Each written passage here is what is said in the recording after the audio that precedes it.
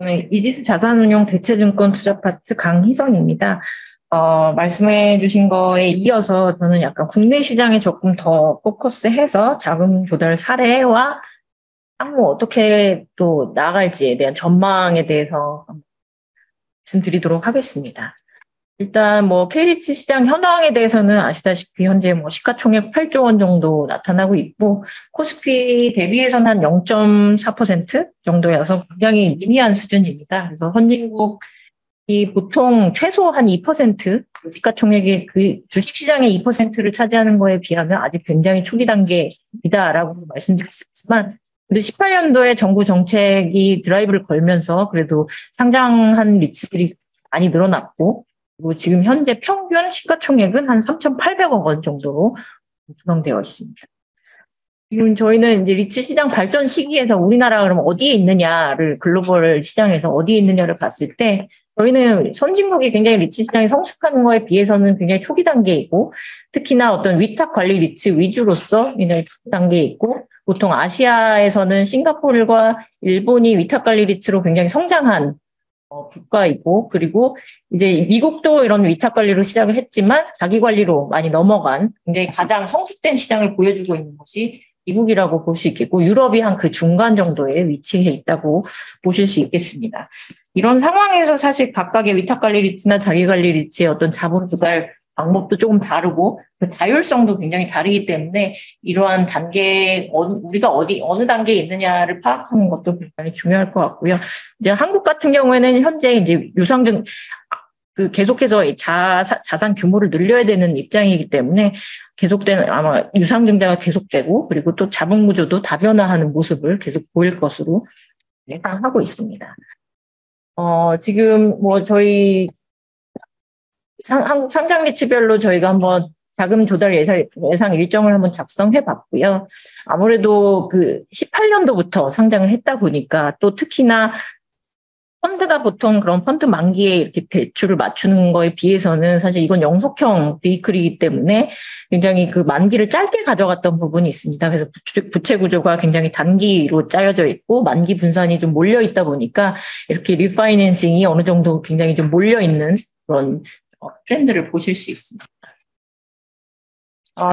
그래서 지금 이러한 국면에서 각 리츠별로 어떻게 대응을 하고 있느냐를 봤을 때 지금 롯데리츠나 이리츠코크랩 같은 경우에는 현금 보유 현금을 그 배당 삭감하는 것들을 좀 상쇄하는 방식을 사용하고 있다. 특히 이리츠코크랩 같은 경우에는 그 배당 재원을 전체 배당하지 않고 법인세 면제되는 구간까지만 배당을 하고 나머지에 대해서는 향후 배당 재원으로 좀 사용을 하고 있고요.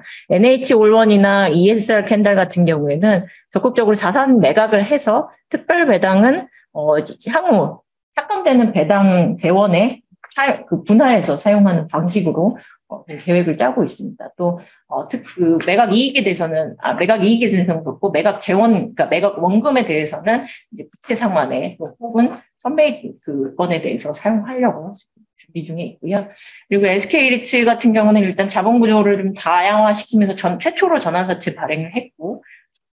또 향후에도 뭐 증자나 이런 것들이 좀 있을 수 있을 것 같고 신한알파도 증자를 이미 시행을 했고요. 자산 매각도 같이 진행을 하고 있습니다. 그래서 다양한 방식으로 이런 국면을 지금 대응하고 있다고 보시면 좋겠습니다. 그렇다면은 저희가 이런 초기 단계 그런 한국 시장에서 부채 조달 방식이 아까 배상원 그 박사님이 얘기해 주신 것처럼 이렇게 진화하고 있는데 사실 한국 리츠가 처음에 시작했을 때는 부동산 펀드랑 큰 차이가 없었기 때문에 담보대출 위주로 이루어졌었고, 뭐 선순위 담보대출이나 뭐 중후순위 담보대출까지 끌어당기면서 굉장히 적극적으로 자산 규모를 확대를 했었습니다. 그리고 또 이제 주식이나 수익증권 담보대출까지도 활용을 했고요. 근데 이랬을 때 사실 이 그 대출 금리라는 것 자체는 이제 자산 레벨에서 리스크 프리미엄을 측정해서 주요 뭐 은행이나 보험사에서 제공하는 담보 금리를 받는 건데 이제 다음 2단계로 가는 것이 이제 회사 차원에서의 어떤 회사채 발행일 것입니다. 그래서 이거는 이미 지금 대기업 스폰서 리츠들 위주로는 굉장히 잘 하고 있는 자금 조달 방식으로 보이고 있지만 사실 대기업 계열이 아닌 경우에는 아직도 사실 사채에 대해서 시장 수요가 그렇게 만만치는 않습니다. 그래서 무보증 사채 지금 신용 등급도 받아가는 과정에 있는 거고, 이 부분에 대해서 시장 수요도 아직은 굉장히 초기 단계다라고 좀 보여지고 있습니다. 그래서 자산 규모 5천억 원 이상이면 신용 등급 평가 의무가 지금 적용되고 있고, 그리고 또 이제 사채 같은 경우 민평금리 기준으로 해서 좀 담보대출 금리와 다르게 민평금리 기준으로 이 섹터나 혹은 수급이 적용된 그 스프레드가 적용되는 금리이기 때문에 실제로 좀 담보대출과 이 회사채 금리가 결정되는 방식이 다르다라는 측면이 있습니다. 이제 이거 여기서 또 한번 넘어서서 이제 지금은 메자닌까지 보고 있는데 사실 메자닌 같은 경우에 해외 리츠에서 그렇게 적극적으로 조달하는 방식은 아닙니다. 근데 지금 한국 리츠가 사실 시작한 지 얼마 안 돼서 바로 이 금리 상승이라는 그 환경을 맞이하다 보니까 어떤 메자닌에 대해서도 적극적으로 좀 검토하는 그런 스탠스를 보이고 있고 실제로도 정관에 저런 전환사채 그리고 뭐 상환우선주 같은 경우를 대부분 다 적용을 시켜놓고 대비를 하고 있는 상황입니다. 그래서 실제 SK는 이제 전환사채 발행을 했고 다른 리츠들도 지금 검토 중에 있습니다. 그럼 향후에 이제 부채 조달 방식이 어떻게 될 것이냐를 봤을 때 사실 뭐 저희 전망이라고 한다면 사실 회사채 시장이 회사채에 대한 게 더 커져야 된다. 그래야 자금 조달에 대한 그 플렉서빌리티가 훨씬 더 높아질 수 있고 또 사실 선진국 같은 경우에는 사실 지금 우리나라는 지금 약간 담보대출보다 사채 금리랑 비슷하거나 혹은 사채 금리가 지금 더 높게 형성이 되어 있는데 사실 미국 리츠나 그런 다른 그 해외 리츠 같은 경우에는 사실 회사채 금리가 가장 낮고 이게 가장 그 편한 그 자금 조달 수단이고 그 다음에 담보대출 그런 식으로 그 구성이 돼 있기 때문에 그 다음에 담보대출 그 다음에 우선주 뭐 이런 식으로 일드의 그 높이가 그 수준이 정해지는데 사실 우리나라 같은 경우는 약간 이제 회사채 수요가 아직 미미한 시장이다 보니까 회사채 금리가 약간 더 높을 수 있다라는 측면은 아직은 회사채가 좀 수급이 원활하지 않다라고 볼 수 있고 사실 리츠는 회사채 발행에 니즈가 많으나 실제 회사채 채권 투자자들의 니즈는 사실 아직 크진 않고 아직 채권 투자자들의 유니버스에 포함이 안 돼 있는 상황이고 리츠 자체가 그리고 또 발행에 대한 트랙 레코드가 많지 않아서 이 부분이 좀 저변이 확대돼야 되겠다라는 니즈는 분명히 있을 것 같습니다.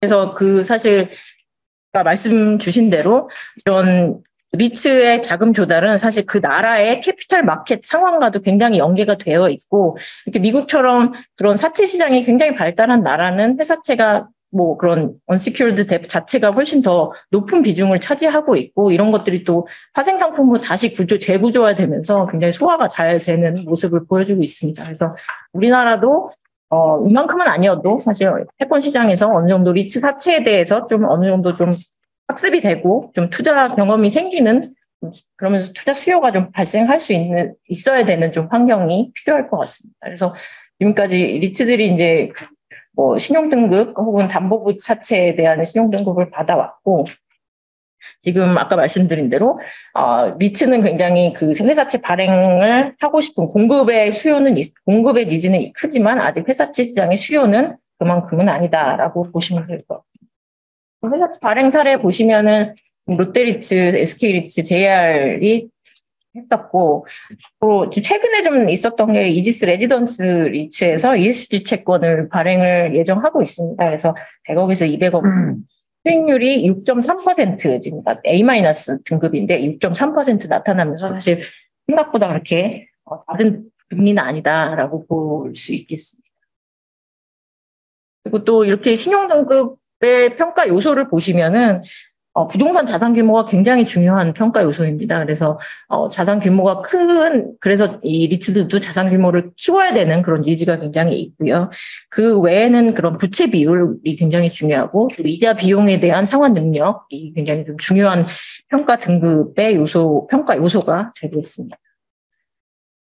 네, 그리고 뭐 상장 리츠 전환사채 같은 경우에도 지금 많이들 검토를 하고 있는데 실제로 SK 리츠가 최초로 발행을 했었고 실제로도 시장 수요가 굉장히 괜찮았습니다. 그래서 보시면은 뭐 표면 이자율이 4.4%, 3.5, 4.5 이렇게 되어 있고 1년 뒤부터 전환이 가능하고 2년 뒤부터는 옵션 실행이 가능한 그런 조건들이었습니다. 그래서 실제로 보시면 옆에 오른쪽 차트 보시면 유상증자 하고 나서는 주가가 오히려 떨어졌는데 CB 발행하고 나서는 사실 그다지 주가에 영향을 받진 않았고 2회차 CB 같은 경우 저렇게 좀 주가 올랐던 경우는 글로벌 편입 이슈가 있어서 좀 올라갔던 측면이 있었습니다. 그래서 아직까지는 그런 CB 발행에 대해서 주가 영향을 크게 보이지는 않고 있다라고 보여지는데 사실 해외 같은 경우에는 좀 주가 영향이 있습니다. 아무래도 학습 효과가 되어 있기 때문에 희석률만큼의 어떤 주가 하락을 좀 보이는 부분이 있고 그리고 또 발행 조건도 굉장히 다릅니다. 그리고 수요가 훨씬 더 커져주다 보니까 전환 프리미엄이 적어도 10% 이상씩 다 형성이 되어 있고요. 그리고 희석률 같은 경우도 적어도 10% 정도, 10% 초반까지. 보통 10%도 사실 굉장히 좀 높은 비율이고요. 보통 10% 미만으로 그런 희석률을 보이고 있고. 사실 그리고 전환사채 발행하는 리츠들도 사실 많지 않습니다. 뭐 싱가포르 같은 경우도 뭐 전체 30개 뭐라고 하면 5개 이 정도. 그렇게 많은 발행 사례를 볼 수는 없으나 발행 조건에 대해서도 굉장히 좀 한국이랑 좀 차이가 있다라고 측면은 보이고 있습니다. 그래서 사실 저는 이제 일단 전환사채 발행 같은 경우에는 한시적으로 좀 열리는 윈도우다라고 저희는 보고 있고 사실 전환사채 발행에 사실 희석률을 높게 가져가는 것이 그다지 향후에 특히 뭐 유상증자 계속해서 성장을 해야 되는데 유상증자 해야 될 때 그렇게 주가 상방을 좀 제한하는 것도 굉장히 좀 안 좋을 수 있기 때문에 저희는 사실 어느 정도 희석률을 가이드라인을 가져가면서 전환사채 발행을 해야 될 것으로 보고 있고 또 그런 측면을 또 주주들도 인지하고 있고 저 AMC도 인지하고 있다고 보고 있습니다. 그래서 자금 조달 이 회사 전환사채 같은 경우는 물론 있을 수 있으나 물량이 제한적일 것으로 저희는 전망하고 있고요. 오히려 회사채에 대한 부분이 훨씬 더 좀 많이 늘어나야 된다. 그리고 또 그런 AMC 니즈도 크다라고 저는 보고 있습니다. 또 다른 이제 방금 뎁 파이낸싱에 대해서 말씀드렸다면 이제 에퀴티 파이낸싱 관련해서 말씀드리면 이제 기존의 리츠들이 유상증자 방식이 주주 배정이랑 3자 배정을 많이 사용을 했고 사실 주주 배정 유상증자 같은 경우에는 신주인수권을 부여하고 굉장히 좀 그 신주인수권 상장 및 이런 그 청약과 실권 그 주주 배정 이후에 실권에 대해서는 일반 공모까지 그 프로세스가 들어가기 때문에 굉장히 긴 기간 동안 이 주주 배정 유상증자를 진행해야 하는 부분이 있고 이 기간 동안 굉장히 좀 외부의 어떤 요소나 요인들이나 이런 내부적인 코퍼레이트 이벤트에 의해서도 굉장히 주가가 많이 하락하는 모습을 보이고 있습니다. 그래서 그런 부분에서 지금 리츠들이 에퀴티 파이낸싱을 할 때 굉장히 어려움을 겪고 있는 모습을 지금 보이고 있고요. 또 통상적으로 이런 할인율이 한 5% 정도 적용이 되고 있는 상황. 3자 배정 같은 경우에는 이제 경영진이 3자를 정해서 그냥 바로 유상증자를 하는데 이 경우에는 뭐 소요 일정이 한 달 미만이고 발행가액이나 이런 시장 수요 같은 거 몇 주 만에 다 처리가 되기 때문에 사실 시장 임팩트는 적지만 어찌됐든 좀 기존 주주 입장에서는 희석이 되는 부분이 있어서 좀 어느 정도는 조심스럽게 접근하는 측면이 있고요. 3자 배정은 의무 보유 확약 보통 1년을 걸고 지금 진행을 하고 있습니다. 지금 이렇게 주주 배정 위주로 유상증자를 하고 있지만 향후에 이렇게 시장 규모가 그러니까 그 회사의 규모가 커진다고 보면 굳이 주주 배정으로 갈 건 아니고 뭐 일반 공모도 적극적으로 아마 일반 공모나 3자 배정도 적극적으로 검토할 수 있을 것으로 보여집니다. 사실 여기 보시면은 저희가 생각하기에는 NAV 프리미엄일 때 사실 해외 같은 경우는 주주 배정 유상증자도 물론 있지만 일반 공모는 3자 배정도 굉장히 많은 비중으로 진행을 하고 있고 그 이유는 일단 회사 규모가 굉장히 크기 때문에 희석 비율이 굉장히 작습니다. 그렇기 때문에 그렇지만 이들도 이제 주주 배정 유상증자를 할 때 생기는 그런 긴 기간 동안의 주가 영향에 대해서는 분명 우려 사항이기 때문에 어떤 적은 금액이고 뭐 그런 경우에는 일반 공모나 3자 배정으로 진행을 하고 3자 배정 같은 경우에는 뭐 거의 며칠 만에 다 증자가 해소되는 그런 것들을 보이고 있기 때문에 굉장히 자주 쓰고 있는 방식입니다. 그래서 지금 NAV 프리미엄인 경우에는 사실 보통 이게 이 트렌드를 보면 저렇게 그 주가 자체가 내재 가치보다 프리미엄으로 거래되는 경우에는 이 리츠의 규모가 어느 정도 좀 꽤 크다고 봤을 때 일반 공모나 3자 배정을 굉장히 많이 활용을 합니다. 왜냐하면 희석 효과가 훨씬 좀 덜한, 임팩트가 덜하기 때문에 그리고 빠르게 유상증자를 할 수 있기 때문에 이런 경우에는 그 에퀴티 파이낸싱에서 많이 활용을 하고 있고요. 이게 디스카운트가 크게 되어 있을 때는 사실 주주 배정을 또 많이 하게 됩니다. 그리고 또 할인율도 저희는 보통 통상적으로 5% 하지만 10% 이상도 하는 경우도 있고요. 그렇게 해서 주주가 적극적으로 참여를 할 수 있게끔 하는 방식을 좀 많이 쓰고 있습니다. 그래서 사실 저희가 생각하는 NAV 밸류에이션에 따른 이 조달 방식은 사실 저렇게 프리미엄일 때는 증자를 적극적으로 해라. 물론 주주 배정도 좋지만 일반 공모나 3자 배정도 충분히 할 수 있다라고 보고 있고, 그리고 또 이렇게 디스카운트 되어 있을 때는 웬만하면 사실 가장 좋은 건 사실 자산 매각을 해서 캐피탈 게인을 다시 나눠주는 방식이 좋은 거고, 매각 원금에 대해서도 사실 물론 다시 뭐 부채를 갚을 수도 있고 혹은 다른 자산을 투자할 수도 있고 또 자사주 취득도 적극적으로 검토하는 것도 굉장히 좀 중요할 것 같습니다. 그래서 자사주 취득 같은 경우에는 근데 취득하고 나면 6개월 동안 유상증자가 안 돼서 이런 것들은 뭐 좀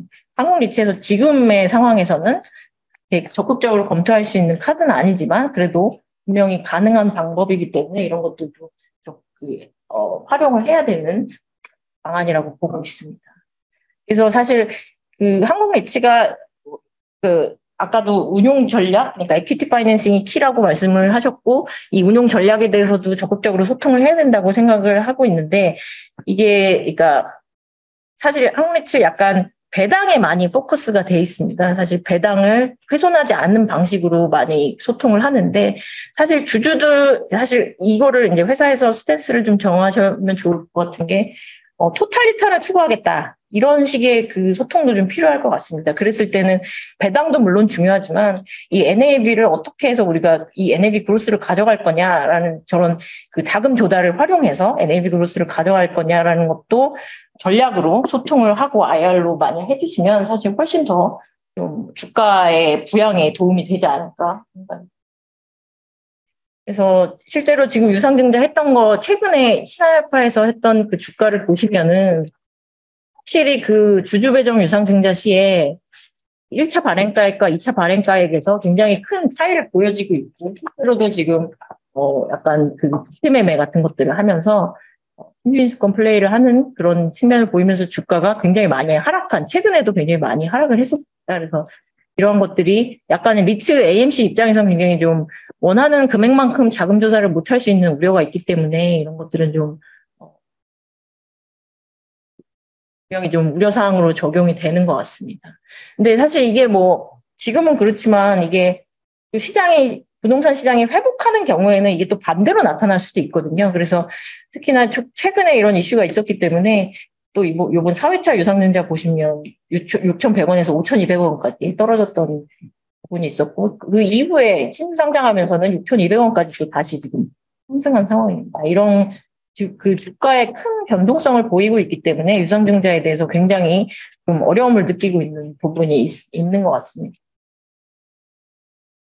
그래서 이거는 뭐 마지막으로 방금 뭐 뎁하고 에퀴티 파이낸싱에 대해서 말씀드렸지만 향후에 이제 한국리츠가 더 커지게 된다고 하면 그런 뭐 조인트 벤처 이런 것들도 굉장히 어떤 이게 자금 조달까지는 아니겠지만 같이 자금 조달을 할 수 있는 그런 방안으로도 볼 수 있고 이런 것들이 사실 뭐 매니지먼트 피를 또 리츠가 수취하는 방식으로 한다고 하면 또 부가적인 매출 수단이 될 수 있어서 이런 것도 장기적으로는 검토해 볼 수 있는 방안이 될 수 있고 또 아까 또 자산 매각도 어떤 자금 조달의 하나의 카드로 계속 검토를 해야 된다라고 생각을 하고 있습니다. 네, 감사합니다.